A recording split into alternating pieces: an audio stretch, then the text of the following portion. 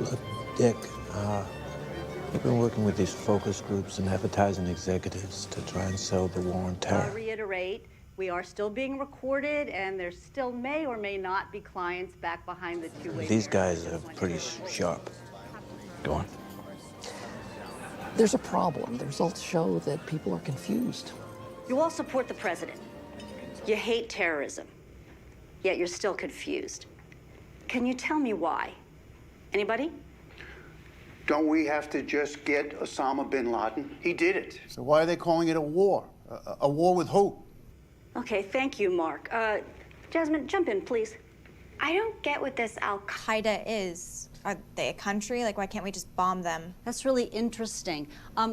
Is anybody else confused about what Al-Qaeda is? Show of hands, please. 1, 2, 3, 4, 5, 6, 7. That's a lot of you, right? Would it be less confusing if it was a country? Damn right. I'm angry as hell. We've got to fuck someone up.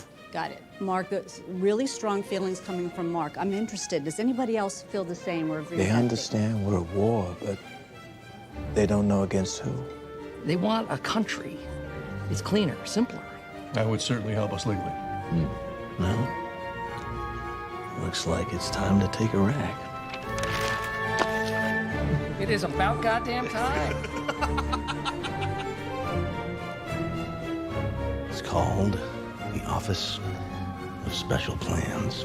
Tenet is not yet serious enough about the threat that Saddam poses, a global war on terror. But I can promise you that this intelligence group will be. Wolfie, I got something. Truck transmissions. If there's a donkey with a radio up its ass, I want to know what it's transmitting. I think that's an excellent idea. We want to take that motherfucker Saddam down for a long time. Here's a report that says Mohammed Atta, one of the 9/11 hijackers, may have met with an Iraqi spy in Prague. It's a really strong statement. Does anybody agree with that statement? Wait a minute, we can't just bomb people. Oh. Yeah, no. It's from Czech intelligence, and they question its credibility. I've been to Prague. They question everything. Who wants to be an anonymous source? Make sure you work in the phrase, we don't want the smoking gun to be a mushroom cloud. That focus group through the roof. There will always be uncertainty about when he will acquire nuclear weapons. But we don't want the smoking gun to be a mushroom cloud. There is a smoking gun or a mushroom cloud. We have waited too long. There is no doubt that Saddam Hussein now has weapons of mass destruction. We got to get rid of this dictator. He's got anthrax. He's got all these weapons. There is no doubt he is amassing them to use them against our friends, against our allies, and against us.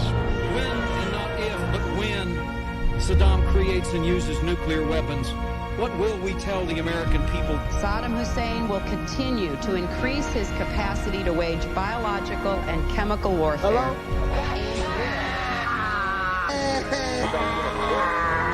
To show that we will stand up for what we know to be right.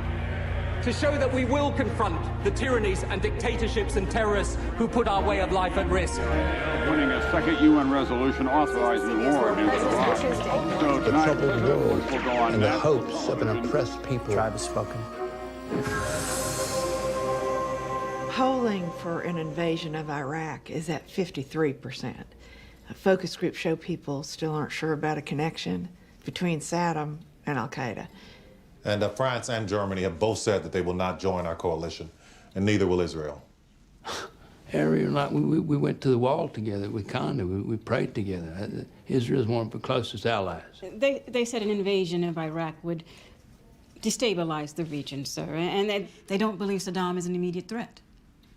Well, that's not good. I really want a strong coalition for this. I have an idea. Secretary Powell has the highest trustworthy ratings of all of us. What if he gave an address to the UN and the American people to push this over the finish line? Carl, I have been very vocal about my reservations about invading Iraq. No, Colin, you're such a nervous Nelly. We are talking about invading a sovereign nation without any provocation, Don. It is a sovereign nation, Don. You're wrong. What's the exit strategy? What about the intelligence? Does the intelligence matter to you at all? Please. You break it, you bought it. You're you wrong. break it, you bought it. Chicken shit. Hey, all right. Let's slow down. Enough of that, guys. You gonna take Saddam down or not? You are the president. War is yours. But, UN, some coalition, do not share powers that are yours alone.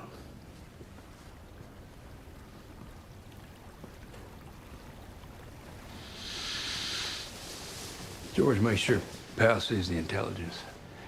Sir. Colin, I want you to make that speech. I'm president, and I want this to happen. Yes, sir. Yes, sir. Yes, sir. I look forward to being briefed on that intelligence. On another note, I've been handed a credible report of a small terrorist enclave in northeastern Iraq. If we're gonna invade, we suggest taking it out before. Let it go, George. We have bigger fish to fry. Let me see that intelligence.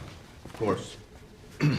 That classified document described a terrorist named Abu Musab al-Zarqawi, who had started as a drug dealer and pimp before becoming fully radicalized in a Jordanian prison. Zarqawi went to meet bin Laden in Afghanistan. Did he or did he not meet with Al-Qaeda? But Zarqawi had vowed to kill all Shia Muslims, and bin Laden's mother was Shia. So the meeting didn't go over well. They had no operational contact. Hogwash.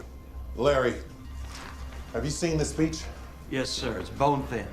I saw at least 5 pieces of disproved intel in there. Who wrote it? Yeah, they said it was the president, but I think you can guess who really wrote it. Well, there's no need to yell, Larry. Yeah, well, we reviewed the speech. We gave some notes. Pal really doesn't have a clue, does he? After the U.S. invaded Afghanistan, Zarqawi set up shop in Iraq.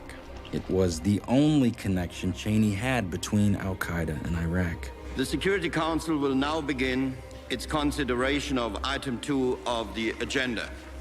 I call now on the distinguished Secretary of State of the United States of America, His Excellency, Mr. Colin Powell. My purpose here today is to share with you what the United States knows about Iraq's weapons of mass destruction, as well as Iraq's involvement in terrorism. Iraq today harbors a deadly terrorist network headed by Abu Musab al-Zarqawi, an associate and collaborator. Powell's UN address was seen by millions of Americans, but other people were watching as well. Collaborator of Osama bin Laden and his Al-Qaeda lieutenants. Zarqawi's activities are not. The great general of America saying his name over and over again immediately made Zarqawi a star. Staying in the capital of Iraq for more. Allahu Akbar! Within a day, he had gone into hiding. Ties to Al-Qaeda, but these denials are simply not credible. They are simply not credible. An Al-Qaeda source tells us that Saddam and bin Laden reached an understanding that Al-Qaeda would no longer support activities against Baghdad. By the time we invaded Iraq, 70% of Americans thought that Saddam Hussein was involved in 9/11.